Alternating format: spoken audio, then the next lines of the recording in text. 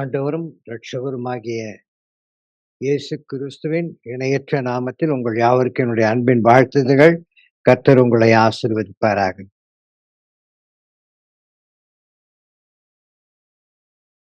இந்த காலை வேளையிலே கர்த்தர் உங்களோடு இடைபடுவாராக. ஆவியானவர் உங்களை ஆச்சரியமாய் நடத்துவார் என்று நான் விசுவாசிக்கிறேன். கர்த்தருடைய ஆவி எங்கேயோ அங்கு விடுதலை உண்டு என்று வேதம் நமக்கு சொல்லியிருக்கிறது.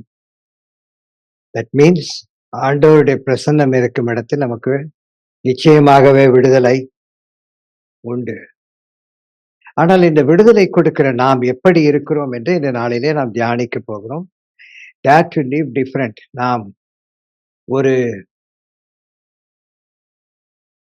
வித்தியாசமானவர்களாய் அல்லது நம்முடைய வாழ்க்கையிலே நாம் நம்மை வித்தியாசமானவராய் காண்பிக்க வேண்டும் என்று தேவன் நம்மை விரும்புகிறார். நாம் அவருடைய பிள்ளைகள் என்பது அவருக்கு தெரியும். ஆனால் உங்களுக்கு துரோகியாய் இருக்கிறவர்கள், உங்களை நசுக்குகிறவர்கள், உங்களை வேதனைப்படுத்துகிறவர்களுக்கு நீங்கள் யார் என்பதை அவரால் காண்பிக்க முடியும். ஆனால் அவர் விரும்புகிறது நாம் காண்பிக்க வேண்டும் என்று. பொதுவாக சில சொப்பனங்கள், தரிசனங்கள் எல்லாம் அதை பின்பற்றுகிற காலங்கள். நான் சொப்பனங்கள், தரிசனங்களுக்கு எதிரியும் அல்ல. அது கடவுளால் கொடுக்கப்படுகிற ஒன்று. ஆனால் அது கடவுளால் யாருக்கு எப்பொழுது 24 மணி நேரம் கொடுக்கிற சொப்பனங்களும் தரிசனங்களும் அல்ல. ஒரு காரியத்தை நிறைவேற்ற பல வருடங்களுக்கு முன்பதாகவே கொடுப்பார். சில நாட்களுக்கு முன்பதாய் கொடுப்பார். சில மணி நேரங்களுக்கு முன்பதாய் கூட அவரால் கொடுக்க முடியும். அது தேவனுடைய வழிகள். அவருடைய வழிகள் நம்முடைய வழிகள் அல்ல. ஆனால் வாழ்க்கையில நாம் கற்றுக்கொள்ள வேண்டிய பாடம், ஐ do not follow dreams. நான் சொப்பனங்களையும் தரிசனங்களையும் பின்பற்றுகிறவனாய் நான் வாழக்கூடாது. இயேசுவை நாம் பின்பற்றுகிறவனாய் வாழ வேண்டும். I follow Jesus. And when I do, நான் அதை செய்வேனானால் ட்ரீம்ஸ் ஃபாலோ மீ. நான் சொப்பனத்தையே நம்பி வாழ்வதை விட இயேசுவை நம்பி வாழப் போனால் அந்த சொப்பனம் என்னை தேடிக்கொண்டே வரும். யோசேப்பின் வாழ்க்கையில் அதுதான். ஒருமுறை சொப்பனம் கண்டான். அந்த சொப்பனத்தை நம்பியே அவன் வாழவில்லை. அந்த சொப்பனத்திலே ஒரு வித்தியாசம். கடவுள் கொடுக்கிற சொப்பனமும் கடவுள் கொடுக்கிற ட்ரீம்ஸும் எப்பொழுதும் வித்தியாசமா இருக்கும். கடவுளுடைய தரிசனங்கள் அது கொஞ்சம் வித்தியாசமா இருக்கும். நிறைய பேர் சொப்பனம் பார்த்து 4 புறம் பயந்துட்டு உட்காந்துருப்பாங்க. That is not God's. இல்ல, சொப்பனம் பார்க்கிற யாராவது எனக்கு பயமாய் இருக்குன்னு சொன்னா அவங்களே முடிவு பண்ணிக்கலாம், அது கடவுளுடைய சொப்பனம் அல்ல. ஒரு மிகுந்த சமாதானம். நான் திகிலடைந்தேன் என்று கூட வேதத்தில் எழுதப்பட்டிருக்கிறது. ஆனால் அவன் எதற்காய் திகிலடைந்தான் என்றால், ஐயோ இவர்கள் அழிந்து போகிறார்களே, ஐயோ இவர்கள் காணப்படவில்லை, இந்த சாபத்தை சுமக்கிறார்களே என்று அவன் மனம் திகிலடைகிறது. ஆனால் கர்த்தர் கொடுக்கிற தரிசனமும் சொப்பனங்களும் ஒரு மனிதனுக்கு மகிழ்ச்சியும் சமாதானத்தை கொடுக்கும். சொல்வார், ஆண்டவர் எனக்கு திட்டமாய் பேசினார் என்று. திட்டமாய் பேசினாரா அது நடக்கத்தான் போகுது. ஆனால் அது நடப்பதற்குள் இவர்கள் பாதி இழைச்சே போயிடும். பயத்தினாலே நடுக்கத்திலே இருப்பான். சிலர் நான் பாம்பை கண்டேன், கிளியை கண்டேன், குருவியை கண்டேன், கழுதையை கண்டேன், என்னென்னத்தையோ கண்டேன்னு சொல்லுவாங்கல்ல. சரி, ஒரு கிளியை உனக்கு காண்பிக்கிறதுனா தேவனுக்கு ஏதாவது நன்மை இருக்கிறதா? அவருக்கு என்ன, ஒரு பொழுது பார்க்காம உனக்கு ஒரு கிளியை காமிச்சிட்டு ஒரு குருவியை காமிச்சிட்டு அவர் பாட்டு போயிடுவாரு. இவர் ராத்திரி பூரா கிருவி என்ன கிளி என்ன, அதுல நிறைய இன்டர்பிரிட்டேஷன் வர பண்ணிக்குவாங்க. கிளியை காமிச்சிட்டா அது பச்சையா இருக்கு, என் வாழ்க்கை பசுமையாகும் என்று சொல்லிவிட்டார். அவன மாதிரி அலறவன் யாருமே இருக்க மாட்டான். ஒரு இன்டர்பிரிட்டேஷன் அவரே சொல்லி கூட இருக்க மாட்டாரு. பார்த்த கிளிக்கு பதிலே இருந்திருக்காது. ஆனா இன்டர்பிரேஷன் நெறைய வரும். யாரையும் குற்றப்படுத்துவதற்காக நான் சொல்லவில்லை. Don't follow dreams. யோசேப்புக்கு சொப்பனம் கிடைத்தது. யோசேப்பு அத நினைச்சு அவன் போய் அந்த சொப்பனத்த போய் தன்னுடைய தகப்பனுக்கும், தன்னுடைய சகோதரர்களுக்கு அதை வெளிப்படுத்துகிறான். போய் சொல்றான். இப்படிலாம் நான் கண்டேன். அந்த சொப்பனத்தை கேட்டபொழுது அவருடைய சகோதரர்கள் அவனை வெறுத்தார்கள். அவருடைய தகப்பனுக்கு, "நான் கூடவா உன்ன வணங்கணும்? அப்படியா சொப்பனம்?" அப்படிங்கிற மாரி அவன் தகப்பனுக்கு ஒரு வருத்தம். ஆனால் யோசேப்பு தேவன் தனக்கு சொன்னதை பயத்தினால் சொல்லாமல் இருக்கவில்லை. ஒரு தைரியமாய் அதை சொன்னார். தேவன் சொன்னால் அதை தைரியமாய் சொல்ல கற்றுக்கொள்ள வேண்டும்.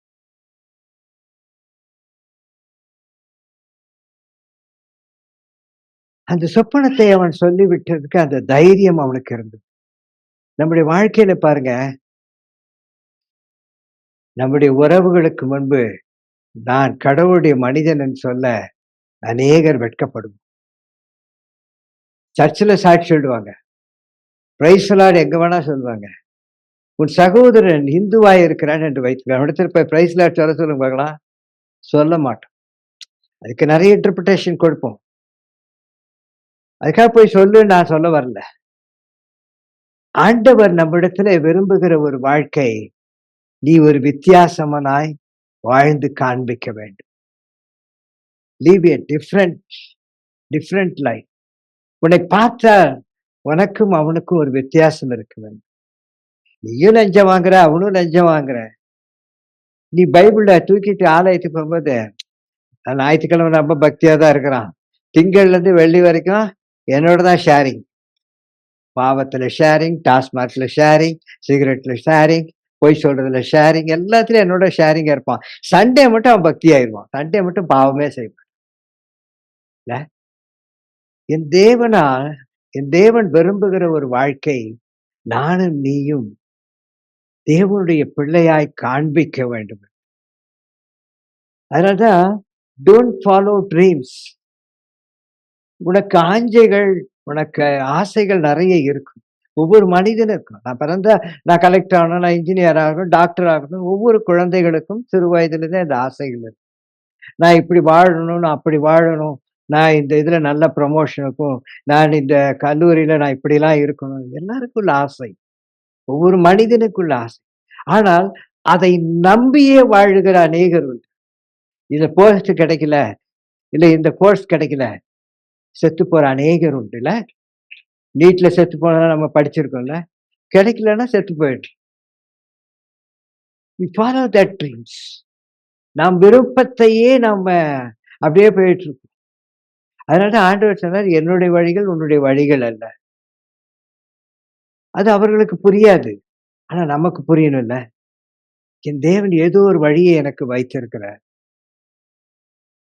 Don't follow your dreams, but follow Jesus. நீ விரும்பினதை தேவன் உனக்கு தருவார். ஆமென். You follow Jesus. நீ என்ன விரும்பினாயோ அதை அவர் பார்க்கிறார். இல்ல, அந்த ட்ரீம் யோசேப்பு அப்படியே தொடர்ந்து வந்துட்டே தான் இருக்கு. யோசேப்புக்கு தெரியாது, யாருக்குமே தெரியாது. அவன் கண்ட கனவு எத்தனையோ வருடங்களுக்கு பின்புதான் அவன் வாழ்க்கையில் அது நிறைவேறி. தேவன் ஒரு கனவை, தரிசனத்தை உனக்கு கொடுத்தால், அன்றே நடக்கலாம், நாளையும் நடக்கலாம், எப்ப வேணாலும் நடக்கலாம். ஆனா அந்த நடக்கும் பொழுது கிடைக்கிற ஒரு ஆசீர்வாதம் எண்ணில் அடங்காது. ஆமென். அத நம்மளால ஜீரணிக்கவே முடியாது. எனக்கா? இப்பதானே யோசேப்பு நினைச்சிருப்பான். ஜெயில இருந்து வெளியில வந்து ராஜா சொல்றா, டேய் எனக்கு அடுத்தது நீதான்டா. அவன் சொல்ற விதமே எப்படி தெரியுமா? உனக்கு தெரியாம நம்ம தேசத்துல ஒருத்தனும் கை, காலு கூட அசைக்க கூடாதுங்கிறான். இத சொன்னா உங்களுக்கு எப்படி இருக்கு யோசிச்சு பாருங்களேன். நீங்களே யோசிச்சு பாருங்க. பிரைம் மினிஸ்டர் கூப்பிடுறாரு, டேய் எனக்கு அடுத்தது நீதான். நீ என்ன சொல்றதோ இந்த நாட்டுல நடக்கும் அப்படின்னா நமக்கு மயக்கம் வந்துரும்ல. இதுதான் பெஸ்ட் பிளெஸ்ஸிங்ல கடவுளுடைய அந்த ட்ரீம் அவன தொடர்ந்து வந்து, அந்த ட்ரீம் நிறைவேறுது பார்த்தீங்களா? அது ரொம்ப அழகா இருக்கும். ஐயோ! இந்த ட்ரீம் நிறைவேறலையே, எங்க அண்ணன் குழியில தள்ளிட்டானே, எங்க அண்ணன் வித்துட்டானே, வித்தவன்லாம் கொண்டு போய் ஒரு இடத்துல விட்டானே, அங்க இருக்கணும் சும்மா இல்லாம என்ன கொண்டு போய் ஜெயில்ல விட்டானே, ஓன்னு புலம்புறதே தான் நம்ம வாழ்க்கை என்ன? ஏன்னா, வி ஃபாலோ த ட்ரீம்ஸ். நாம் அந்த நினைவுகள், வாஞ்சைகளை தான் பார்த்துக்கிட்டே இருப்போம். ஐயோ! நடக்கலையே. சடன்லி சேஞ்ச் சிறைச்சாலையின் கதவு திறக்கப்படுகிறது. அவன ராஜாவிடத்துல போய் நிக்க வைக்கிறாங்க. கேட்ட கேள்விக்கு பதில் சொல்றான். அவ்வளோதான். அதுக்கப்புறம் பார்த்தா, ராஜாவுக்கு அடுத்த ஸ்டாண்ட்ல உட்காந்துருக்கான். That is God's dream. ஆனா ஒவ்வொரு உங்களுக்கு இன்னொன்னு சொல்றேன் பாருங்க. Your growth is in the பிரேக்கிங்ன்னு சொல்லுவாங்க. நாம நினைக்கிற ஒரு முன்னேற்றங்கள், வேலையில இருக்கலாம், என்னுடைய படிப்புல இருக்கலாம், ஃபர்ஸ்ட் ரேங்க் வாங்குற விதத்துல இருக்கலாம், நம்முடைய வேலை செய்யற இடத்துல ப்ரமோஷன் அல்லது இன்கிரிமென்ட்ஸ் அல்லது நம்முடைய வாழ்க்கையில அந்த திருமணம் நடக்கிறது, திடீரென்று குழந்தை பாக்கியம் கிடைக்கிறது. 5 வருஷம் ஆச்சு, 10 இந்த இந்த குரோத் இந்த ஒரு ஒரு முன்னேற்றம் வாழ்க்கையில கிடைக்கிற ஒரு ஆசீர்வாதம்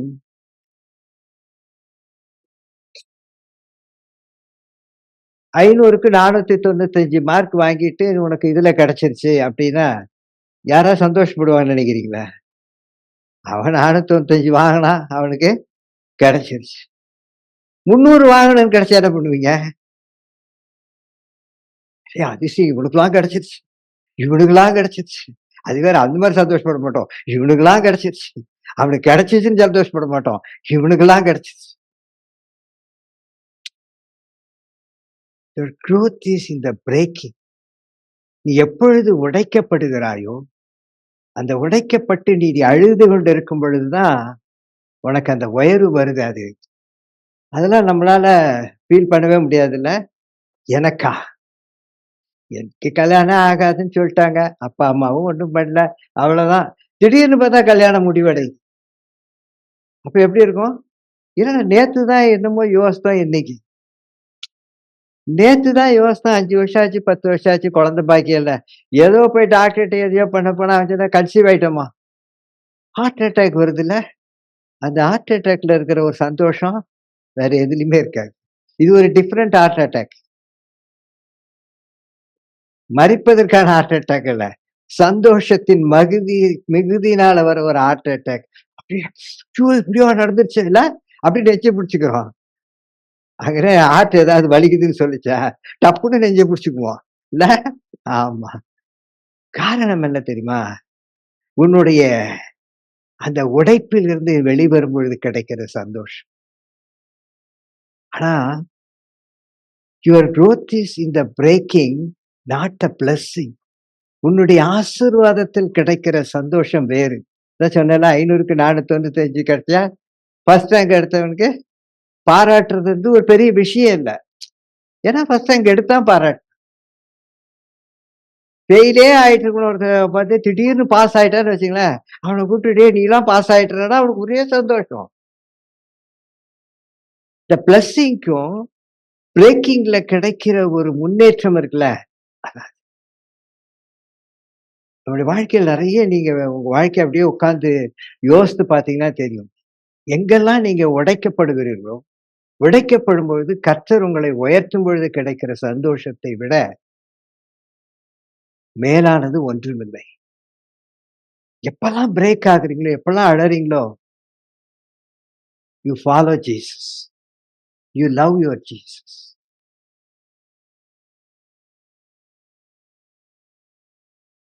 டிஃபரண்ட் ஆங்கிலத்துல சொல்லுவாங்க. ஏன்னா லெக்சர்ஸ், புரொஃபசர்ஸ் அவங்களுக்கெல்லாம் தெரியும். It's not of the same kind or partly or totally unlike another. Unlike in kind or character என்று ஆங்கிலத்தில் நெறைய இருக்கு. டிஃபரெண்ட்டா நமக்கு தெரிஞ்ச ஒரு டிஃபரெண்ட் என்ன? அவன் பட்டு புடவைய விட என் பட்டு புடவை நல்லா இருக்கு. இல்ல? சிஸ்டர்ஸ்க்கு எப்படி யோசிப்போம்?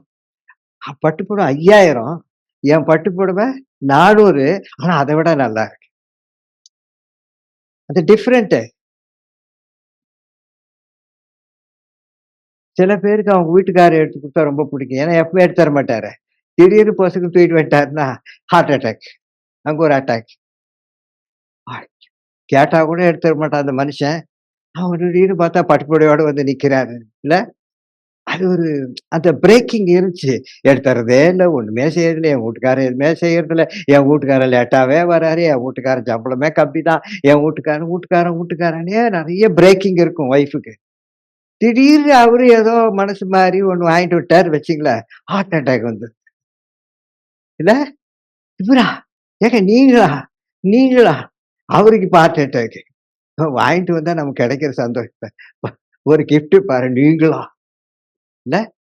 ஏன் சொல்றேன் அப்டின்னா, இந்த டிஃபரண்ட் என் ஆண்டவரும் அதை தான் விரும்புகிறார். எப்படி நாம விரும்புறோம்ல, என் ஹஸ்பண்ட் எனக்கு டிஃபரெண்ட்டா இருக்கணும். மத்த ஹஸ்பண்ட் மாரி என் ஹஸ்பண்ட் இருக்கக்கூடாது. மத்த ஒய்ஃப் மாரி என் ஒய்ஃப் இருக்கக்கூடாது. நம்ம எதிர்பார்க்கிறோம்ல. அதே மாரி தான் ஆண்டவர் உங்களையும், என்னையும் எதிர்பார்க்கிறார். நீ கொஞ்சம் டிஃபரெண்ட்டா இரு. ஆனா ஆண்டவருக்கும் ஹஸ்பண்டுக்கும் ஒய்ஃப்‌க்குள்ள வித்தியாசம் எப்படின்னா, என் ஒய்ஃப் டிஃபரெண்ட்டா இருக்குன்னு நான் மட்டும் மாற மாட்டேன். பார்த்திருக்கீங்களா? என் ஒய்ஃப் என்ன நேசிக்கணும். ஆனா நான் மட்டும் என் தங்கச்சி, அக்காவ மட்டும் தான் நேசிப்பேன். அது டிஃபரெண்ட். அந்த டிஃபரெண்ட் இல்ல. ஆண்டவர், நானும் உன்னை நேசிக்கிறேன். நீயும் என்னை நேசிக்க வேண்டும். ஆனா நான் உன்னை எப்படி நேசிப்பேன்னா, நீ சிறைச்சாலையிலிருந்து ராஜாவோட அடுத்த ஸ்தானத்துல வர்றது தான் நான் விரும்புறேன். அதுக்காக தான் உனக்கு முன்னாடியே ஒரு ட்ரீம் குடுத்துட்டேன். நீ வந்து எந்த இதுக்கும் நீங்க வருத்தப்படவே வேணாம். ஒரு நாள் நான் உயர்த்துவேன் என்ற ஒரு கிருபை. ஆனா ஆண்டவர் நம்மட்ட எப்படி டிஃபரெண்ட்டா இருக்க விரும்புறார்ன்னா, ஒரு தைரியசாலியான, வித்தியாசமான மனிதனாய், different is to call to be a courageous be courageously different from every person. நாம் ஒரு எது எதுக்கும் நம்ம தைரியமா இருக்கிறோம்ல. ஒரு தைரியமாய் நான் ஆண்டவருடைய பிள்ளை என்று நாம் வாழ வேண்டும் என்று தேவன் பார்க்கிற பார்வையில் ஒரு காரியம். அவர் நம்மிடத்திலே நெறைய பார்க்கிறாரு. நம்ம பணம், நம்ம காணிக்கை, நம்முடைய நீதி, பக்தி எல்லாம் அவர் பார்க்கிறதே கிடையாது. அப்படிலாம் பார்த்தா தாவீது என் இருதயத்துக்கு ஏற்றவன் அவர் சொல்லியிருக்கவே மாட்டார்ல. சொல்லியிருக்கவே மாட்டாரு. அவர் அதெல்லாம் பார்க்கறதில்ல. அதுக்காக அதெல்லாம் செய்யலான்னு நான் சொல்ல வரல. அதை விட மேலான ஒன்றை உன்னிடத்தில் எதிர்பார்க்கிறார். டேய் நீ என் பிள்ளைன்னு காமி. ஒரு ராஜா தன் மகனை இளவரசனாய் தான் வளர்ப்பானே தவிர, தன் மகன பிச்சைக்காரனா வளர்க்க மாட்டான். இல்ல? நாளைக்கு அவன் ராஜாவாகிறது உண்மை. ஆனா அதுவரைக்கும் அவன இளவரசனா தான் அவன யாராவது பேர் சொல்லி அழைக்க முடியுமா? அவங்க அப்பா, அம்மாவ தவிர, அந்த ஊர் ஜனங்கள் யாராவது நம்ம கீர்த்தி இருக்காங்க. கீர்த்தி இளவரசின்னா, கீர்த்தின்னு எவனா கூப்பிட்டுருவானா? கூப்பிட முடியாதுல்ல. இம்பாசிபிள். அதத்தான் தேவன் விரும்புகிறார். டேய் நீ ஒரு என் பிள்ளையா இரு. நீ அப்படி நின்னன்னா அவன் பயப்படணும். ராகா பேசி ஏன் பயந்தா இஸ்ரவேல் ஜனங்கள பார்த்து? இஸ்ரவேல் ஜனங்கள் ரொம்ப நல்லவங்களா? இஸ்ரவேல் ஜனங்கள் முறுமுறுக்கிற எத குடுத்தாலும் அவனுக்கு திருப்தியே கிடையாது. ஒருத்தன் கூட நல்லா இல்ல. அவ்வளோ பேரும் பாலைவனத்திலே செத்து போயிட்டான். யாரெல்லாம் எகிப்திலிருந்து வந்தானோ, அதுல தப்பிச்சவனுங்க மோசே, காலேப், யோசுவா இந்த குரூப் தான். மத்தவன்லாம் செத்து போயிட்டான். அவருடைய சந்ததி தான் உள்ள வந்தது. அதனால ராகாப் என்ற அந்த வேசி அவர்களை பார்த்து பயப்படவில்லை. அவர்களுடைய தேவனை பார்த்து பயந்தாள். அந்த தேவனை குறித்து அவர் செய்த அற்புதங்களை எல்லாம் வந்து அவ கேள்விப்படுறான். ஏன்னா அவர் வேசியா இருந்தபடினால் எல்லா தேசத்திலிருந்து மக்கள் அவளிடத்தில் வருவார்கள். அதனாலே அவர்கள் இடத்திலே பல காரியங்களை அவள் கேள்விப்பட்ட பொழுது, கேட்ட பொழுது, பேசின பொழுது கிடைத்தது என்ன என்றால், ஒரு சாதி புறப்பட்டு வருகிறது. அந்த சாதி வனாந்தரத்தில் வந்து கொண்டிருக்கிறது. எப்பொழுது எல்லாம் கரைய கடக்குன்னு தெரியாது அந்த சுனாமி. அந்த சுனாமி கரைய கடந்துனா நம்ம எல்லாம் அழிஞ்சு போயிடுவோம். அந்த சுனாமிய யாருமே எதிர்க்க முடியாது. யார் இந்த சுனாமி? இஸ்ரவேல் என்ற ஏதோ ஒரு ஜாதி போல இருக்கு. எப்படி அவர்களுக்கு இந்த அவர்களுடைய தேவன் வல்லமை உள்ளவராய் இருக்கிறார். இப்ப அந்த தேவன் என்ன செய்றார்ன்னா, உன் மூலமாய் ஒரு வல்லமையை காண்பிக்க விரும்புகிறார். உன்னை அவருடைய பிள்ளையாய் காண்பிக்கும் பொழுது, உன் மூலமாய் அவர் மகிமைப்பட விரும்புகிறார். காலையில சகோதரி உங்ககிட்ட சொன்னாங்கல்ல, என்ன ஆண்டவருடைய நாமத்தை அவரால் மகிமைப்படுத்த முடியாதா? ஆராதனை நேரத்தில் நீ அவரை மகிமைப்படுத்துவதை அவர் விரும்புகிறார். He likes. ஏய் நான் நீ என்ன அப்பான்னு கூப்பிடுறது எனக்கு சந்தோஷம். தட் இஸ் அதான் வொர்ஷிப். அப்பா நின்னுட்டு நீ ஒரு மூலையில உட்காந்துட்டு கேம்ஸ் ஆடிட்டே இருந்தனா, நான் ஒரு மூலையில நின்னுகிட்டு நான் என் ஆஃபீஸ் வேலைய பார்த்துட்டா வீட்டுக்காரம்மா சொல்லும். இது ஒரு வீடா? அப்பன பாரு ஆஃபீஸ் வேலை பார்க்குறான், புள்ளைய பாரு கேம்ஸ் விளையாடி. நான் ஒரு அம்மா சமைச்சு சமைச்சு போட்டுட்டு உட்காந்துருக்கிறேன். எத்தனை வீட்ல நம்ம திட்டுறோம்ல? அதே மாரி தான். ஆலயத்துல உட்காந்துட்டு ஏசாமிய வணங்காம, ஏசாமி நினைக்காம மட்டன் வாங்கணுமே போம்போது. என் பொண்ணு வந்திருப்பாளே, என் பையன் வந்திருப்பாளே. இல்ல? We are always thinking some other things in the church. நான் யாரையும் குற்றப்படுத்துவதற்காக சொல்லவில்லை. தேவன் விரும்புகிறதை சொல்லுகிறேன். ஒரு மனைவி விரும்புகிறாள், தன்னுடைய கணவனும், தன்னுடைய பிள்ளையும் நாம் எல்லாரும் ஒன்றாய் சாப்பிட வேண்டும், ஒன்றாய் பேச வேண்டும், ஒன்றாய் சந்தோஷமாய் இருக்க வேண்டும், ஒன்றாய் வெளியே போக வேண்டும் என்று. நாங்க என்ன ஊரா சுத்தன பாரு கரெக்ட்டா 5 மணி ஆஃபீஸ் முடிச்சேன். 5:05க்கு பாரு வீட்ல வந்து உட்காந்துட்டேன். உட்காந்துட்டு என்ன படிச்சிருப்பாரு? பேப்பர் படிச்சிட்டு இருப்பாரு, டிவி பார்த்துட்டு இருப்பாரு, நியூஸ் பார்த்துட்டு இருப்பாரு. ஃபோன் எடுத்தாருன்னா ஃபோன் பேசிட்டு இருப்பாரு. இங்க வந்த அப்புறம் தான் அவர் தங்கச்சி, அக்கா, மாமா, அம்மா, அத்தை எல்லாம் ஞாபகம் வரும். எங்க? வீட்ல ஒய்ஃபோட பேசின சண்டை வந்துருமே. அதுக்காக தான் எல்லாம் பேச ஆரம்பிச்சிடும். இவங்க பேசி முடிக்கிற வரைக்கும் சண்டைய அவங்களும் விட்டுருவாங்களா? அவன் நீ ஃபோன வைடா மகனே, வச்சோனே ஆரம்பிக்கிறேன் பாரு அப்படின்னு. இல்ல?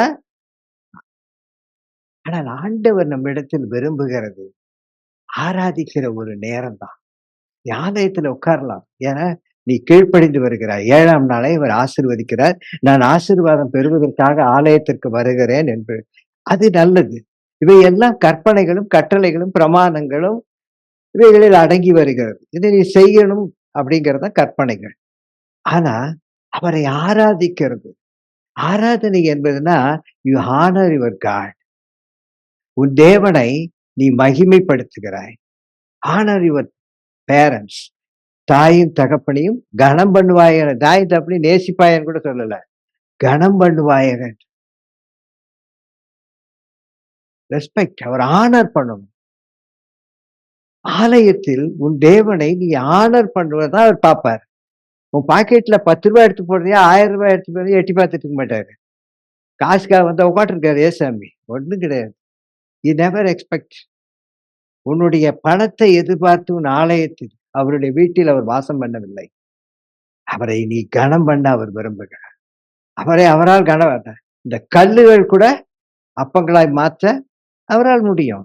5 அப்போ 2 மீனை கொண்டு ஒருத்தன் கூட கனம் பண்ணல ஆண்டவர வார்த்தைய. ஆனா ஆண்டவர் என்ன பண்ணாரு? டேய் அத கொண்டாடான்னு கூப்பிட்டு வந்து ஆசீர்வதிச்சு குடுக்க சொன்னாரு. பந்தியில வந்து 5000 பேரை போஷித்தார். ஒரு இடத்துல 4000 பேரை போஷித்தார். ஏன் இதெல்லாம் நடக்குது? அவரை கனப்படுத்திக் கொள்ள அவரால் முடியும். ஆனால் இந்த உலகத்தில் உன்னை படைத்ததே நீ அவரை கனம் பண்ண வேண்டும் என்பதற்காக. என்ன அந்த கனம்? 2 கரங்களை நீட்டி நீ பெரியவர். நீ அவர் சொல்லு நீ பெரியவர்னா, ஓ நான் பெரியவனா? நீ வியாதியை பத்தியே சொல்லாத. உன் தலைவலி பத்தி நீ சொல்லாத. We have big problems. We have lot of problems. But we have a big God. எனக்கு ஒரு பெரிய தேவன் உண்டு. எனக்கு ஒரு பெரிய தேவன் உண்டு. அப்ப அந்த தேவனை பார்த்து அப்பா நீ பெரியவர்னா, அப்ப இல்ல உன் வியாதியை விட நான் கொஞ்சம் சின்னவன் ஆண்டவர் சொல்லுவாரா? பெரிய ஏன் வியாதியை விட நீ பெரிய தேவன். நாம என்ன சொல்லுவோம்? நான் ரூ. 1000 காணிக்கை குடுத்த ஆண்டவரே. நான் ரூ. 500 குடுத்த ஆண்டவரே. அவர்ட்ட போய் தான் நம்முடைய நீதியை பத்தி பேசிட்டு இருக்கோம். நம்முடைய அநீதியே தெரிஞ்சவர் அவருக்கு நம்ம நீதி தெரியாதா? இல்ல? ஆனால் அவரிடத்தில் போய் அவரை மட்டும் தான் நம்ம நினைக்க கற்றுக்கொள்ள வேண்டும். உங்க ஜெபம் காலையில எந்திரிச்சு என்ன ஜெபம் நான் கற்றுக் கொடுத்திருக்கேன் உங்களுக்கு. ஆண்டவரே நீர் நல்லவர். என்னுடைய என்ன பிரச்சனை? தலை போற பிரச்சனையா? அதை விட நீர் பெரியவர். அதை விட நீ பெரியவர். கோணலானதை தான் நீ நேராய் மாற்றுவேன் என்று சொல்லியிருக்கிறது. வாழ்க்கையில எல்லாம் கோணல். நீ நேராய் மாற்ற வல்லமை மாற்ற முடியும்னு அவருக்கு கிளாஸ் எடுக்க முடியாது. நீர் மாற்றுகிறவர். நான் அதை விசுவாசிக்கிறேன். தாவீது அவருடைய இருதயத்துக்கு ஏற்றவனாய் மாறுறதுக்கு என்ன தெரியுங்களா? ரொம்ப பெருசாலாம் ஒண்ணும் செய்யல. ஆ தாவீதுலாம் உங்கள விட கொஞ்சம் மோசமானவன் தான். ரொம்ப நல்லவன்லாம் கிடையாது. ஆனா every time he praise God, honour God. தன்னுடைய நிலைமையை தேவனிடத்தில் ஒப்புக்கொள்கிற ஒரு மனிதன். அதுவரை நான் குறைவுள்ளவன். நான் பலவீனமானவன். நானா ரொம்ப பலனானலாம் சொல்றதே கிடையாது. நான் ராஜான்னு அவன் ஒரு நாள் கூட போய் சொல்ல மாட்டான். நான் தூங்குற இடத்த கூட அவன்ட்ட ஆண்டவரே நான் நல்ல இடத்துல தூங்குறேன். நீர் எங்கேயோ ஆசரிப்பு கூடாரத்துல உட்கார்ந்திருக்கிறீரே. நீர் எங்கேயோ ஒரு சிறைச்சாலையில இருக்கிற அப்படி யோசிக்கிறான். அவனுடைய அந்த எண்ணம் தான். ஆண்டவர் என்ட்ட வந்து டேய் நான் உனக்கு என்ன கோயில் கட்டுறேன்னு சொன்னேன். நான் தான் சொன்னேன். ஆனா அவனுடைய யோசனையே அவர் அங்கீகரித்தார். அவருமே நான் ஒரு இடத்தில் வாசம் பண்ணவே முடியாது. என்னை யாருமே அடைக்க வைக்க முடியாதுன்னு சொல்லிட்டு கூட, தாவீது கட்டின ஆலயத்துல நான் வந்து இருக்கிறேங்கிறார். ஏன் தெரியுமா? He loves David. தாவீதை நேசித்தார். அவன் என்ன சொல்றான்? நான் தன்னுடைய படுக்கை, தன்னுடைய கட்டிலு, தன்னுடைய பெட்டு இத விட எனக்கு நல்லா தான் இருக்கு. ஒண்ணும் பிரச்சனை இல்ல. ஆனா, ஏன்னா அவரு என்னமோ இந்த ஆசிரியர் கூடாரத்துல படுத்து தூங்கிட்டு இருக்கிற மாரி, மரக்கட்டையில தூங்கிட்டு இருக்காரு. அந்த எண்ணம் உன் மனசுல என்ன தோணுதோ அததான் அவர் விரும்புறார். அவன் கேட்டான், "சீயோனிலே நீர் வாசம் பண்ணுகிறேன்னு" சொன்னாரு. ஏப்பா எருசலேம் தேவாலயத்துல நான் இருப்பேன்னு சொல்லிட்டு அப்புறம் சீயோனில் வாசம் பண்ணுகிறேன். ஒய்? அவன் விரும்பினான். நான் கட்டின இந்த சீயோன் பட்டணத்திலே நீர் வாசம் பண்ணு. உடனே வந்துட்டாரு எருசலேமில் வாசம் பண்ணாரு. சீயோனிலும் வாசம் பண்ணார். He loves. உன்னை அவர் நேசிக்கிறார். நீங்க ஆண்டவர இப்படி இருக்கணும்னு விரும்பி பாருங்களேன். அவர் அப்படித்தான் இருக்க விரும்புறார். ஐயோ! என் பொண்ணு, என் பையன் இப்படி என்ன இருக்கணும்னு விரும்புறாரு. ஆண்டவரே, என் வீட்டில நீ தலைவராய் இரு. He likes. ஆண்டவரே எனக்கு காசு குடும், என் கடன தீரு தான் நாம சொல்லிட்டு இருக்கோம். இது ஏன் நம்ம சொல்றோம்னா, அவரு கடன் தீர்க்க முடியல. 10 நாள் ஆச்சு, 1 மாசம் ஆச்சு, 1 வருஷம் ஆச்சு, 4 வருஷம் ஆச்சு. என் ஆண்டவரால இது முடியலன்னு டெய்லி ஞாபகப்படுத்துறது. ஆண்டவரே எனக்கு 1,00,000 கடன் இருக்கு. ஆண்டவரே எனக்கு 1,00,000 கடன் இருக்குது. ஆண்டவரே 1,00,000 இது ஞாபகப்படுத்திட்டே இருக்குது ஆண்டவர். That is our prayer. ஆனா என் பிரேயரு எது வேணாலும் இருக்கட்டும். நான் சிங்க குகைக்கு போறேனா, நீர் நல்லவர். தானியேல் அப்படித்தானே போனான். பயந்துகிட்டா போனான். ஒரு டிஃபரண்டா அவன் இருந்தான். ஆனா ஆண்டவர் என்ன பண்ணுவார் தெரியுங்களா? நீ டிஃபரண்டா நின்னா அவரும் ஆண்டவரும் டிஃபரண்டா இருப்பார். எப்படின்னா, எல்லாருக்கும் செய்வதைப் போல உனக்கு செய்வது. சூரியன் நல்லோர் மேலும், தீயோர் மேலும். மழை எல்லாருக்கும் நின்னுடுச்சு. நல்லவனுக்கு நின்னுச்சு, கிறிஸ்தவனுக்கும் நின்னுச்சு. ஆண்டவருடைய பிள்ளைக்கு நின்னுச்சு. எலியா காலத்துல தான் எலிசா காலத்துல. பஞ்ச காலத்தில் யாரெல்லாம் இருந்தா? எலியா இருந்தான். எலிசா இருந்தான். எரேமியா இருந்தான். எல்லா நல்லவனும் இருந்தான். ஆசரிப்பு கூடம் இருந்துச்சு. தேவ பிரசன்னம் இருந்துச்சு. தேவன் இருந்தார். உடன்படிக்கை பெற்றுச்சு. எல்லாம் இருந்து பஞ்சகாலம் இருந்தது. ஆனால் பஞ்சகாலத்தில் இருந்த ஒரு விதவையை பஞ்சகாலம் தீரும் மட்டும் போஷித்தவர் என் ஆண்டவர். ஏன்னா அவள் டிஃபரண்டாய் வாழ்ந்தாள். இஸ்ரவேல் இருக்கிற விதவை இடத்துல எலியா போல. ஏன் வந்து இந்த சமாரியா ஸ்திரீ சொல்லுவா, அடிக்கடி சொல்லுவா பார்த்திருக்கீங்களா? அவ அந்த நான் இதை உங்களுக்கு அழகமா விளக்கி கொடுத்திருக்கிறேன். அந்த சமாரிய பெண் வந்து ஏசாமிட்ட சொல்லுவா, "இது எங்கள் முற்பிதாக்களுடைய கிணறுங்க. இதுல நாங்க குடிக்கிறோம்." ஏன்னா இந்த சமாரியர்களை இஸ்ரவேல் விரும்ப மாட்டாங்க. யூதர்கள் அவர்களை விரும்புவதில்லை. காரணம் இந்த சமாரியர்கள் இந்த யூதர்கள் கல்தேயர் காலத்திலும், மற்ற பாபிலோனிய காலத்திலும் என்ன ஆயிடுச்சுன்னா, அவர்களும் இவர்களும் திருமணம் செய்து கொண்டதினாலே, இவர்கள் கலப்படம் உள்ள யூதர்கள், இஸ்ரவேல் மக்கள். ஆகவே இவர்களை ஆலயத்தில் அவர்கள் அனுமதிக்க மாட்டார்கள். ஆகவே இந்த சமாரியர்கள் தங்களுக்கென்று தனியான ஒரு இடத்தில் வாழ்ந்து கொண்டிருந்தார்கள். இவர்கள் குற்றவாளிகள், பாவிகள் என்று இவர்கள் ஒதுக்கி வைக்கப்பட்டவர்கள். ஏனால் இவருடைய ரத்தம் கலப்படம் நிறைந்த ரத்தம் என்று சொல்லி யூத மக்கள் இந்த சமாரியர்களை சேர்க்க. அதனால தான் அந்த சமாரிய பெண் அவள் தண்ணீர் மூடி இது எங்க கிணறு, இதுல எங்க முற்பிதாக்கள் இங்கெல்லாம் யாக்கோபு, யோசேப்புலாம் இதெல்லாம் குடிச்சாங்க அப்படின்னு சொல்லி அவ பெருமையா சொல்லுவா ஏசாமிட்ட. ஏசாமி நல்ல கலப்படமே இல்லாத அந்த யூதன்ட்ட போல. கலப்பிடமாயிருந்த இந்த யூத பெண்மணியின் சமாரியா தேசத்திற்கு அவர் போகிறார். அங்கு போய் அவர்களுக்கு தன்னை வெளிப்படுத்துகிறார். அவர்களும் என்னுடையவர்கள் என்பதை ஒரு டிஃபரன்ஸ காமிப்பதற்காக, இவ்வளவு நாள் அவங்க யூதர்கள் என்னன்னாங்க, நாங்க தான் பரிசுத்தமானவர்கள், அவர்கள் அசுத்தமானவர்கள் என்று சொன்ன அதே ஊரிலே, இயேசு இந்த சமாரியா பெண் மூலமாய் அந்த பட்டினம் முழுவதும் இயேசுவை ஏற்றுக்கொள்ளும்படி பொழுது சாபம் மாற்றப்படுகிறது. இயேசு செல்லும் இடமெல்லாம் ஒரு டிஃபரன்ஸா தான் இருக்கும். அவருடைய பிறப்பு வித்தியாசமானது. அவருடைய வளர்ப்பு வித்தியாசமானது. 12 வயசுலக்கார பையன் போய் உட்கார்ந்து பிரதான ஆசாரியர கேள்வி கேட்கிறான். அவருடைய கேள்விகளுக்கு பதில் கொடுக்கிற அளவுக்கு அந்த 12 வயசு ஒரு வித்தியாசமான வாலி ஒரு மகனாய் அவர் அங்கு இருந்தார். தன்னுடைய பெற்றோர்களுக்கு வித்தியாசமாய் இருந்தார். அவர் வாழ்ந்த வாழ்க்கை வித்தியாசமாய் இருந்தது. குஷ்டரோகியை தொடவே கூடாது. தொட்டால் தீட்டு. ஆனால் இயேசு தொட்டு அவனை சுகமாக்கிறார். ஒரு டிஃபரன்ஸ். டேய், நீ சொல்ற சாபத்தை நீக்க என்னால் முடியும். அந்த வியாதியும் என்னால் சுகமாக்க முடியும். நான் தீட்டுப்படாமல் இருக்கவும் என்னால் முடியும். That is difference. இதுதான் வாழ்க்கையில் நம்ம கற்றுக்கொள்கிற டிஃபரன்ஸ். நான் ஒரு கிறிஸ்தவனா வாழுகிறேன் என்று சொல்வதை விட, கிறிஸ்துவுக்காக வாழுகிறவனாய் நான் மாற வேண்டும். உன்னை பார்க்கறதானே சொல்றோம், டேய் இவன் வித்தியாசமான, இவள் வித்தியாசமான, அவள் பேச்சு வித்தியாசமானது, அவளுடைய நடவடிக்கை வித்தியாசமானது, அவள் நான் சபித்தாலும் அவள் என்னை ஆசீர்வதிக்கிறாள், அவள் வித்தியாசமானது.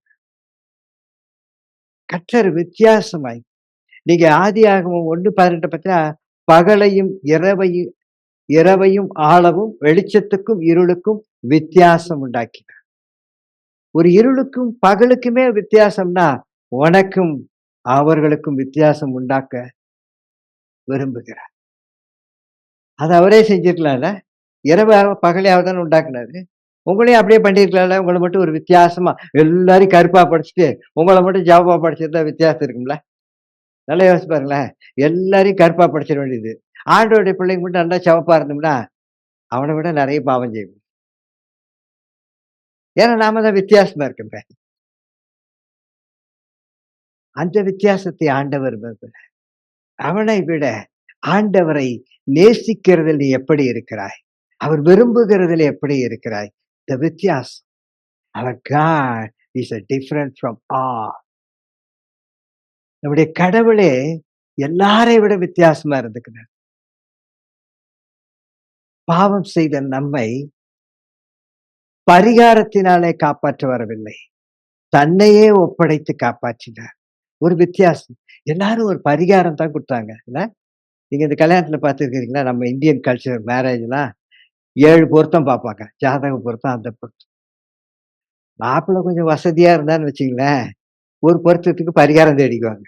6 இருந்தா பரவால்ல, 5 இருந்தாலும் பரவால்ல, 4ஆ பரவால்ல. ஏன்னா சம்பாதிக்கிறானே. உடனே இந்த பரிகாரம் 3க்கு போட்டுருவாங்க.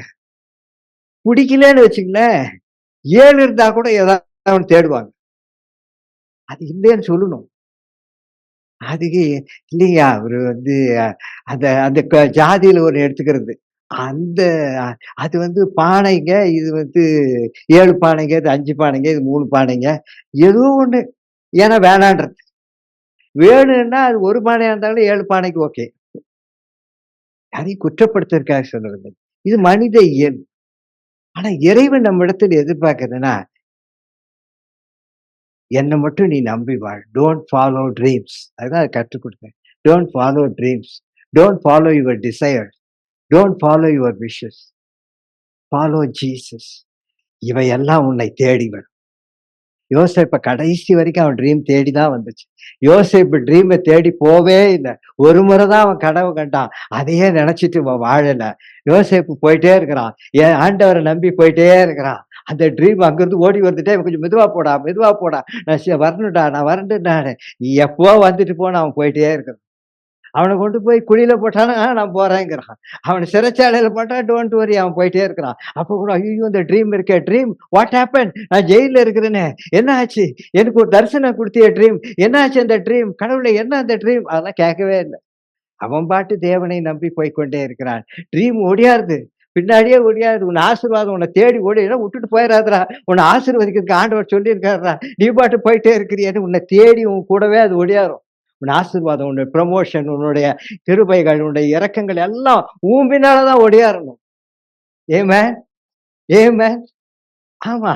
நாம என்ன பண்ணோம், அது பின்னாடி ஓடுறோம். ஐயையோ! போயிறாத, போயிறாத, போயிறாத. ப்ரமோஷன தேடி நாம தான் ஓடுறோம். யோசேப்பு அப்படி தேடல. தானியேல் சொன்னாங்க, அவர் பாட்டு போறான். ஏய் யாரோ கூட அவன் பாட்டு போறான் சிங்க குகைக்கு ஜாலியா. சிங்க குகை விழுந்த உடனே யார் தேடி வந்தா? ராஜா தான் தேடி வரான். எவன் கொண்டு போய் போட சொன்னானோ, எவன் முத்திர போட்டானோ, மாத்த முடியாதுன்னா அவன் ஓடி வரான் காலையில. தானியேல் கெஞ்சல. ஆமென். ஷாத்ராக், மேஷாக் நெருப்புல கொண்டு போய் போட்டா, ராஜா உட்கார்ந்து பார்த்துட்டு இருக்கிறான். ஐயோ! என்னமோ ஆகுமோ, ஆகுமோ. ஊர்ல இருக்கிறவன்லாம் பார்க்குறான். அவனுக்கு போட்ட நெருப்புல தள்ளினவன்லாம் கூட பார்த்துட்டு இருக்கிறான். அவர்களுக்கு ஒன்றும் ஆகவில்லை. ஏனென்றால் they followed the Lord. அவர்கள் தேவனை நம்பினார்கள். ஆண்டவரே பயந்து போட்டாருன்னா, என்ன நம்பி நெருப்புல வந்துட்டானே, நான் படைச்ச நெருப்பாச்சே, அது அவனை எரிச்சிருமே. நீதின்னு ஒண்ணு இருக்கு இல்லையா? நான் அடிக்கடி சொல்லிக் கொடுக்கிறேன். நீதி, தேவனுடைய நீதி, அது செய்யறத செஞ்சுதான் தீரும். நீ யாரா இருந்தாலும் கவலைப்படாது.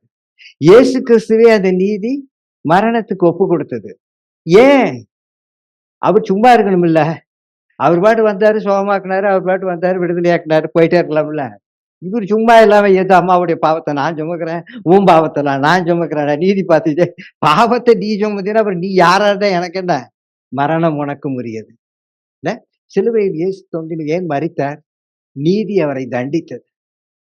ஆனால் கிருபை அவரை உயிரோடு எழுப்பினது. The grace, the grace of our Lord. அது உன்னை தொடர்ந்து வரும். நீ எங்க வேணாலும் போ, நீ சிலுவை கூட போயிடு. மரிக்கிறியா, மரிச்சிடு. லாசரு மரித்தான். இயேசு தேடி போனார். ஏமேன். இயேசுதான் போய் சுகமாக்கு. பாடையில வாலிபனை தூக்கி கொண்டு வராங்க. வாலிபனே, வாலிபனே எழுந்திரலாம் சொல்லல. இவர் போய் பாடையை தான் தொட்டாரு.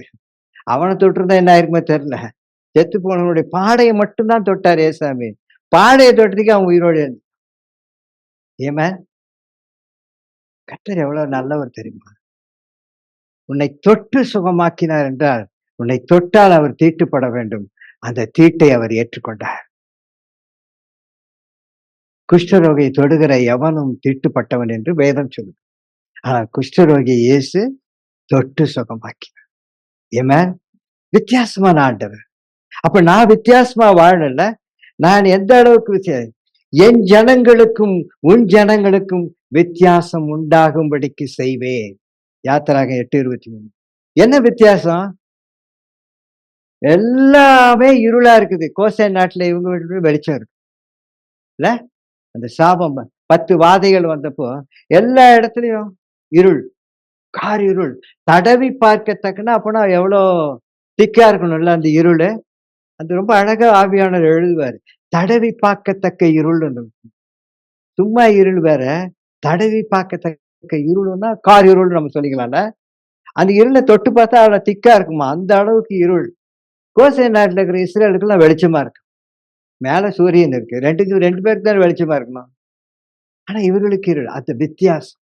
என் தேவன் உன்னை ஆசீர்வதித்தார், வித்தியாசமாய் ஆசீர்வதிப்பார். அதான் வாழ்க்கையில ரொம்ப முக்கியமானது. டோன்ட் ஃபாலோ யுவர் பிளெஸிங்ஸ், ஆனா ஃபாலோ ஜீசஸ். அந்த பிளெஸிங் என்ன பண்ணும்? ஐயோ, இவன் ஏசாமி நோக்கி போறான், நானும் அங்கதானே போயாகணும். நான் போறதுக்கு முன்னாடி இவன் போயிட்டான்னா இவன் கோல் முட்டிடுவான். ஆண்டவரே, எனக்கு ஒண்ணுமே அந்த பூமியில கிடைக்கல, உம்மை நம்பி. நமக்கு அது கொஞ்சம் நல்லா கை வந்த கலையில கோல் முட்டுறது. நேரா போய் சொல்லுவான் ஆண்டவர்கிட்ட, ஒன்றும் கிடைக்கல, என் பையன் பாஸ் ஆகவே இல்லை, என் பொண்ணுக்கு கல்யாணமே ஆகல, என் பையனுக்கு இப்படி, என் பொண்ணுக்கு அப்படி, என் குறைஞ்ச மார்க் ஆச்சுன்னு இதை சொல்றதுக்கு நம்ம நிறைய பேர் ப்ரேயர் ரூம் போறோமா இல்லையா? போயிட்டு ஆண்டவரே இல்லை, 15 தேதி ஆயிப்போச்சு ஆண்டவரே, காசே பத்தல, கடங்காரன் வேற நிக்கணும். ஒரே கோல் மூட்டுறதுக்குன்னே ப்ரேயர் போவோம், வேற எதுக்குமே போறதுக்கு.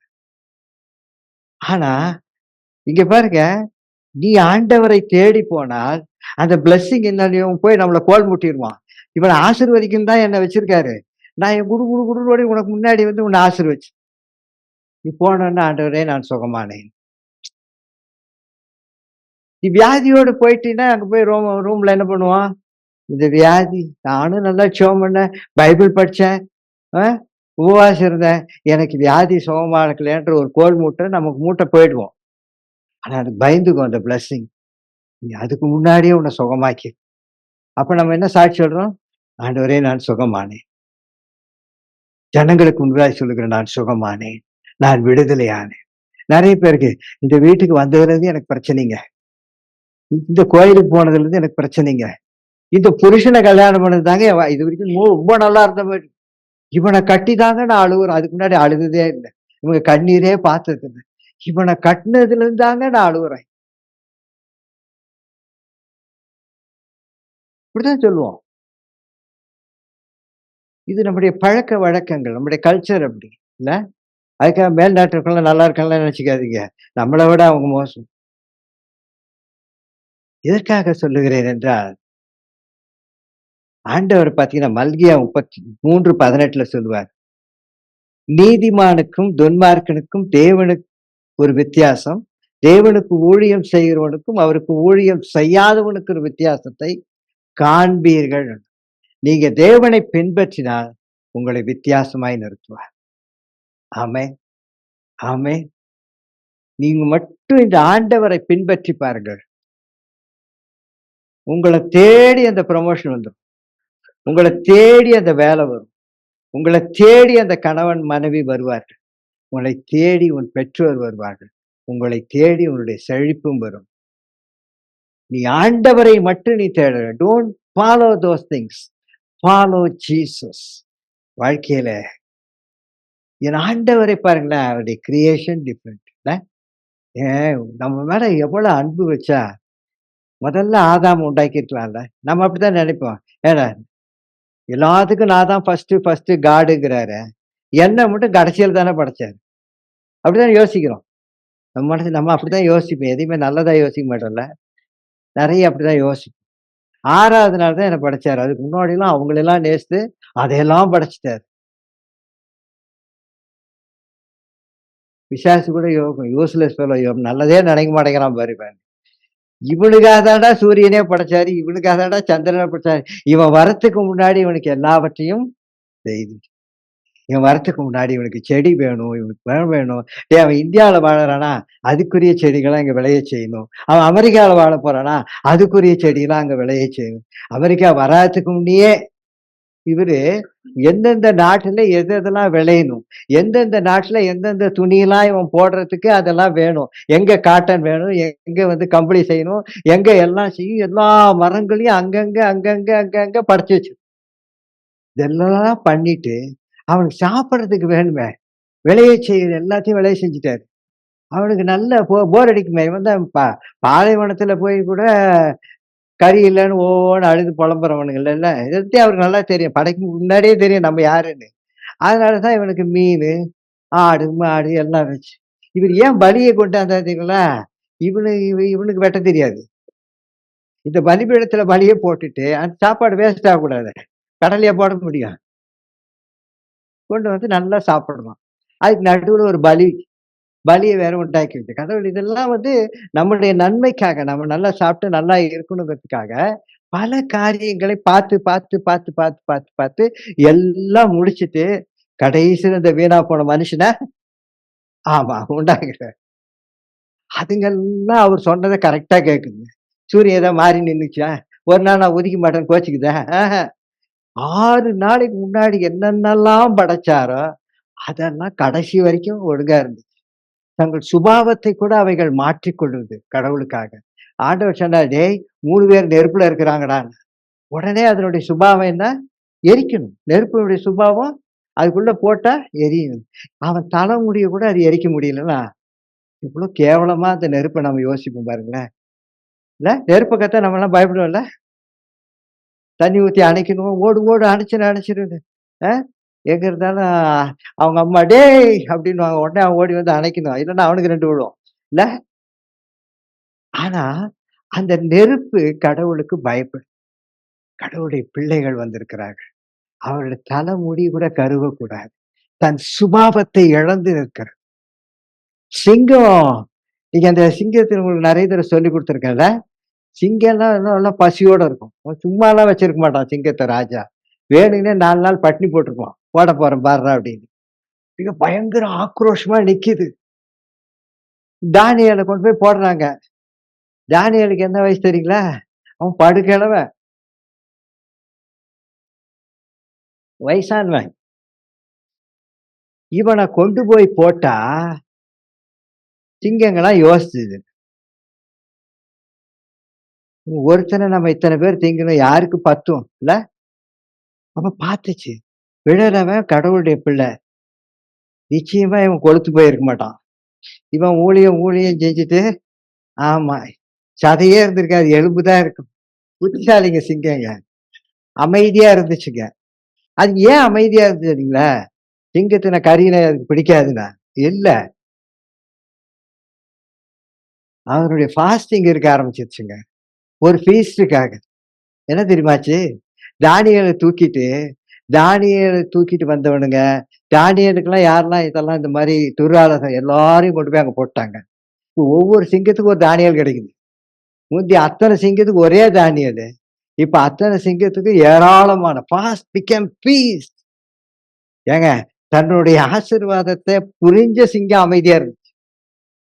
என்ன ஆசீர்வாதிக்க போகிற கர்த்தர புரிஞ்சு நான் அமைதியா இருந்திருக்கிறோமா? ஓன்னு அழுவும். மார்கரெட்டு ஸ்கூட்டர எடுக்கும்போது அழுவுறது. ஸ்கூட்டர ஸ்டாண்ட் போடும்போது அழுவுறது.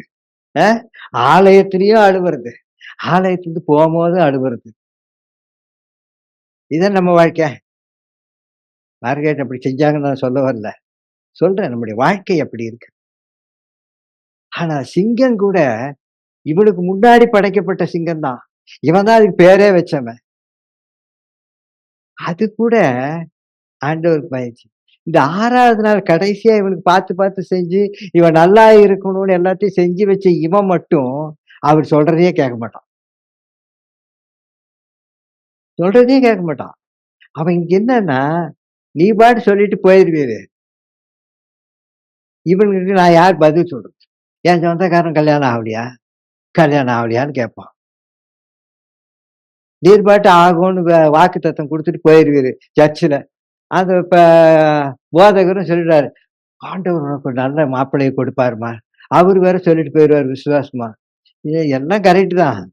பக்கத்து வீட்டுக்காரன் வந்து கேட்பான், "ஏம்பா உன் பொண்ணு கல்யாணம் ஆவலையா?" சொந்தக்காரன் வந்து கேட்பான், "உன் பொண்ணுக்கு கல்யாணம் ஆகுமா?" அப்ப என்ன ஏசாமி வந்து பக்கத்துல நிக்கிறாரு. நான் தானே சந்திக்கணும். நான் தானே சந்திக்கணும். இதுதான் நம்ம பிரச்சனையே. ஆதாமா இருக்கட்டும்.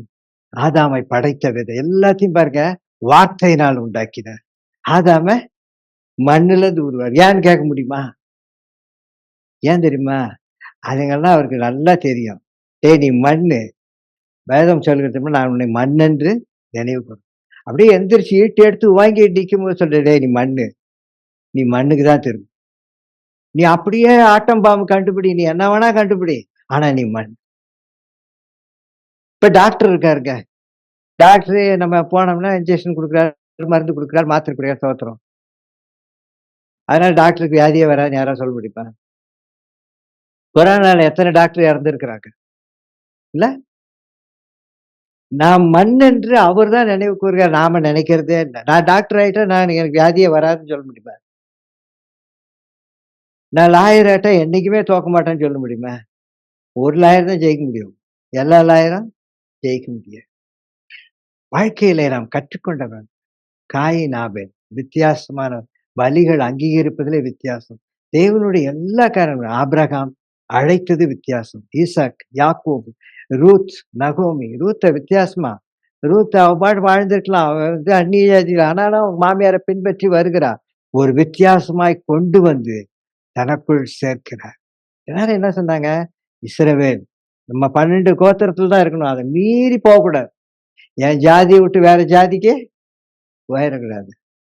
இர்றா அப்படின்னாரு. ரூத்த கொண்டு வந்து சேர்த்துட்டாரு. நம்ம அப்படித்தானே.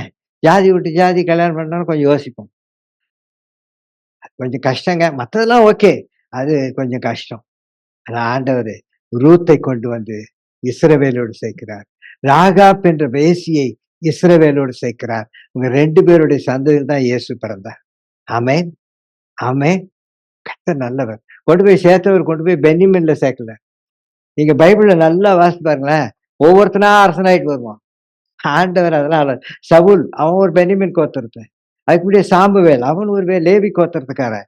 இவனுங்க எல்லாம் ஆண்டவர், ஏன்னா இவருடைய சொல்லப்பட்ட வாக்குத்தத்தம் என்ன? யூத கோத்திரத்து யூத ராஜா. யூத கோத்திரம் தான் வரணும். கடைசி வரைக்கும் எவன்லாம் இருந்தானோ அவன்லாம் போயிட்டே இருந்தான். கடைசியில யூத கோத்திரத்துல தாவீது வருகிறார். தாவீதின் வம்சத்திலே இயேசு உதிக்கிறார். அவர் எதையுமே அவர் என்ன சொன்னாரோ அதை நிறைவேற்றாம இருக்க மாட்டார்.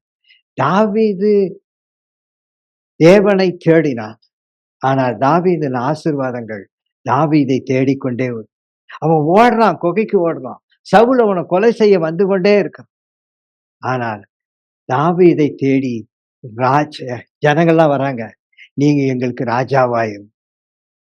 எந்த தாவீது ஓடி போனதை பார்த்தாங்களோ, தேவன் அவர்களை ஒரு நாள் என்ன பண்ணாரு, டேய் நீங்கெல்லாம் போய் அவனை கெஞ்சுங்கடா ராஜாவா. எல்லா கோத்திரத்துக்காரும் ஓடியாடுறான். நீ எங்களுக்கு ராஜாவாயிரு, நீ எங்களுக்கு ராஜாவாயிரு. ஆசீர்வாதம் உன்னை தேடி வர வேண்டும். ஆமென். Don't follow your dreams or your blessings or your expectation or your wishes. You follow Jesus only. இவை யாவும் உன்னை தேடி வரும். இவை யாவும் உன்னை தேடி வரும். ஆபிரகாமை தேடி ஆண்டவர் தான் வந்தார். ஆபிரகாம் எந்தவித பணக்கார இதுக்கும் பொருளாதாரம் தேடி போகவே இல்லை. வேலைக்காரன் சொல்றான், என் எஜமானனுக்கு ஏராளமாய் இருக்கிறது. கவுண்ட்லெஸ். எல்லாம் ஆபிரகாமை தேடி வந்து வெறும் கையினாய் போனேன். யாக்கோபு சொன்னா 2 பரிவாரங்களோடு வருது. ஆமென். ஒரு ஆசீர்வாதம். ஆசீர்வாதம் உன்னை தேடி வரும். நாம் ஆசீர்வாதத்தை தேடுகிறவளாய் இருக்கவே கூடாது.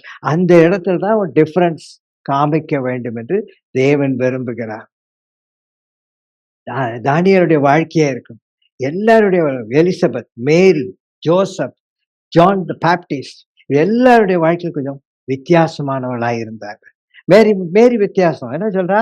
ஐயோ எங்க ஹஸ்பண்ட் கோச்சுக்குவாரு, என்னை தள்ளி வச்சிருவாரு, எங்களுக்கு வந்து மோதிரம் மாத்திட்டோம், அது மாத்திட்டோம், இது மாத்திட்டோம், நாங்கள் எல்லாம் ஒப்பிட்டோம். அப்படியெல்லாம் அவ யோசிக்கல. Follow Jesus, the word of God. ஆவியானவர் சொன்னதை அவள் பின்பற்றினால் ஏற்றுக்கொண்டார். Jesus Father. அவருடைய ஆசீர்வாதங்கள் அவளை தேடி வந்தது. தேடி வந்தது. நீ இயேசுவை மட்டும் பின்பற்றிப்பார், ஆசீர்வாதங்கள் உன்னை தேடி வரும். ஒரு ஜனத்திற்கு அவர் தேடி வருவார். அதனாலதான் ரோமர் 10:12 சொல்லியிருக்கிறது, யூதன் என்றும் கிரேக்கன் என்றும் வித்தியாசம் இல்லை. இயேசு கிறிஸ்து வந்த பிறதாங்க இது நடந்துச்சு. அது வரைக்கும் சமாரியன் வித்தியாசமா இருந்தான், 12 கோத்திரங்கள் வித்தியாசமா இருந்தது, புறஜாதியர்கள் வித்தியாசமா இருந்தது. ஆனால் இயேசு வந்த பொழுது இந்த வித்தியாசம், உலக பிரகாரமான வித்தியாசத்தை மாற்றினார். You follow me. ஆபிரகாம் என்னை விசுவாசித்தார், நீ என்னை விசுவாசி, நீ ஆபிரகாமின் பிள்ளை. அப்பா பிதாவை என்று அழைக்கக்கூடிய புத்திர சுவிகாரம். கர்த்தர் உங்களை ஆசீர்வதிக்கட்டும். நேராச்சு.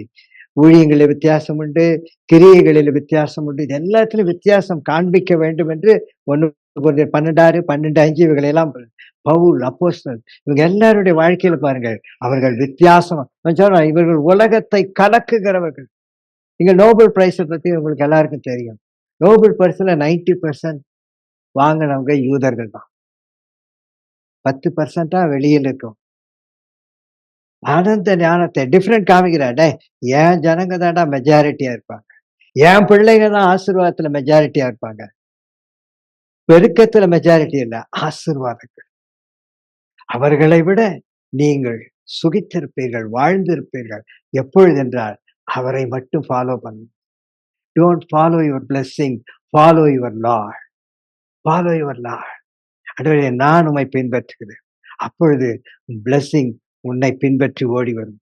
அதனாலதான் ரோமர் 12:2 இந்த பிரபஞ்சத்துக்கு ஒத்த வேஷம் தெரியாமல் தேவனுடைய நன்மையும் பிரியமும் பரிபூரணமான சித்தம் இன்னதென்று பகுத்தறியத்தக்கதாக உங்கள் மனம் புதிதாகிறதுனாலே மறுரூபமாகுங்கள்.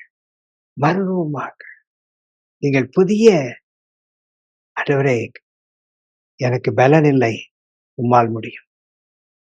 பிரேயர் தான் இருக்கணும். காலையில எந்திரிச்சு ஆண்டவரே அது இல்லை இது இல்லைன்னு கேட்கறது முதல்ல ஸ்டாப் பண்ணுங்க. 12 மணிக்கு 11 மணிக்கு சாயங்காலம் ராத்திரி கூட புலம்புங்க. ஆனா ஃபர்ஸ்ட் பிரேயர், ஆண்டவரே நீர் நல்லவர். என்னால முடியாது. உம்மால முடியும். என் புருஷன திருத்த என்னால முடியாது. பக்கத்து வீட்டுக்காரர்ட்ட போய் சொல்லாதீங்க, என் புருஷன் திருந்தவே மாட்டேங்க. ஆண்டவர்ட்ட என்னால முடியாது. உம்மால முடியும். Lord I cannot do anything but you can.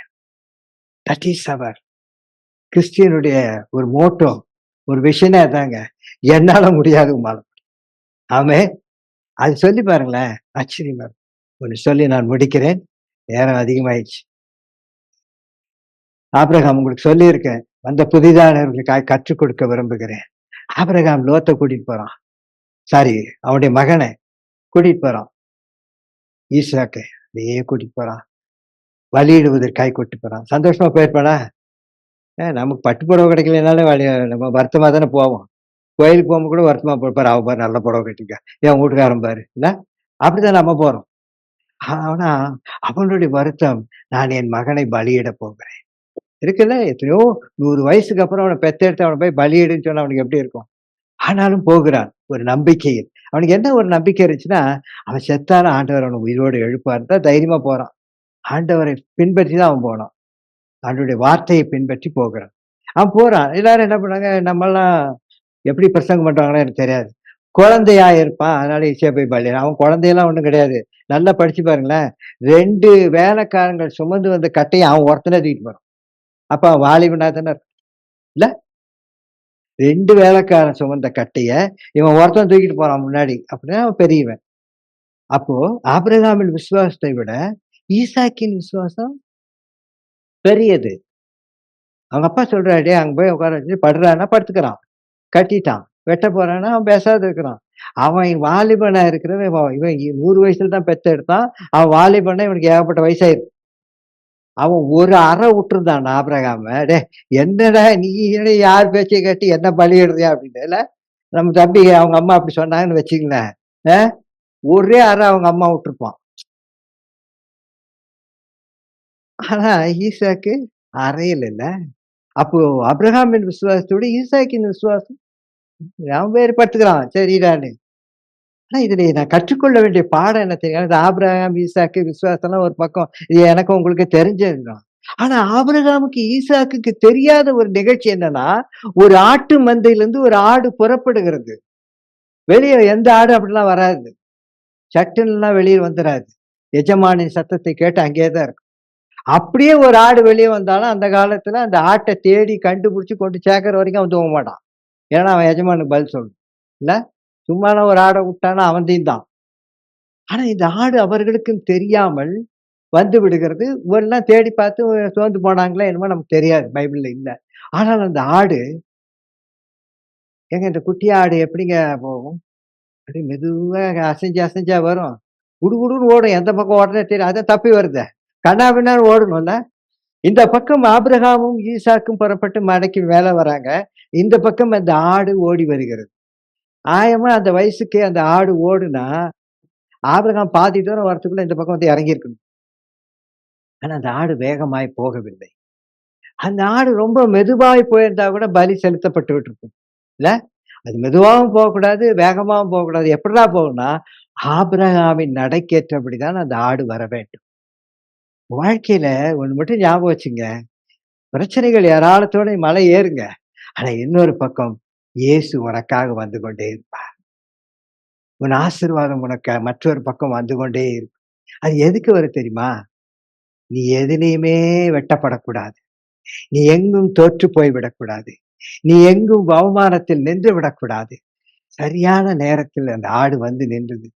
அதுல ஒரு ரகசியம் தெரியுமா? இந்த முள்ளு குத்துனோனே என்ன பண்ணுவீங்க? நம்மலாம் அம்மான்னு கத்துவோம்ல. ஏன்னா நமக்கு அடி வாங்கினாலும் அம்மாவ தான் கத்துவோம். அப்ப மட்டும் அப்பாவ எத்தன பேர் அப்பான்னு கத்திருக்காங்கன்னு சொல்லுங்க. அம்மான்னு தான் கத்துவாங்க. அது என்னமோ தெரியலல்ல. நமக்கே புரியாத ஒரு முள்ளு குத்துனாலும், அடிச்சாலும் அம்மான்னுவாங்க. இந்த ஆடு வந்து கத்தியிருக்கணுமா இல்லையா? அது முட்செடியில் மாட்டி இருந்ததுன்னு பைபிள்ல இருக்கு. அப்ப முள்செடியில மாட்டிருக்குன்னா, ஏற்கனவே முள்ளெல்லாம் குத்தி உள்ள மாட்டியிருக்கணும். அது கத்தவே இல்ல. ஆடு தேவனுக்கு டேய் நான் எப்ப சொல்றேனோ அப்பதான் மேன். அதுக்கு முன்னாடி சொன்னேன், ஆமா நீ முள்ளே கொத்தி உன்னை சாவடிச்சுரு நிப்பாரு. என்ன? ஆமா. இது முள்ளு குத்தியெல்லாம் வாங்கிட்டு கத்தாம ஊன்னு உட்காந்துக்கிட்டே, "டேய் எப்படா வருவான்? எப்படா வருவான்?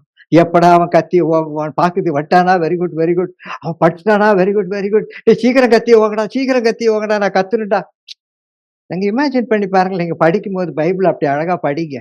அந்த ஆடு காத்துக்கிட்டே இருக்காரு. "சீக்கிரம்டா, சீக்கிரம்டா." ஒரு ஆடு கூட ஆண்டவருக்காய் காத்திருக்கு. நாம மட்டும் காத்திருக்கணும். இந்த ஆடு அவன் கத்தி ஓங்கி கத்தி இறக்கும்போது தான் கத்துது. மே அதுவரைக்கும் ஆண்டவர் வாயே திறக்கல. ஓங்குறியா? ஓங்கு, ஓங்கு, ஓங்கு. உன் விசுவாசம் எதுவரைக்கும் தான் பார்க்கிறேன். பார்த்துட்டே இருக்கிறாரு.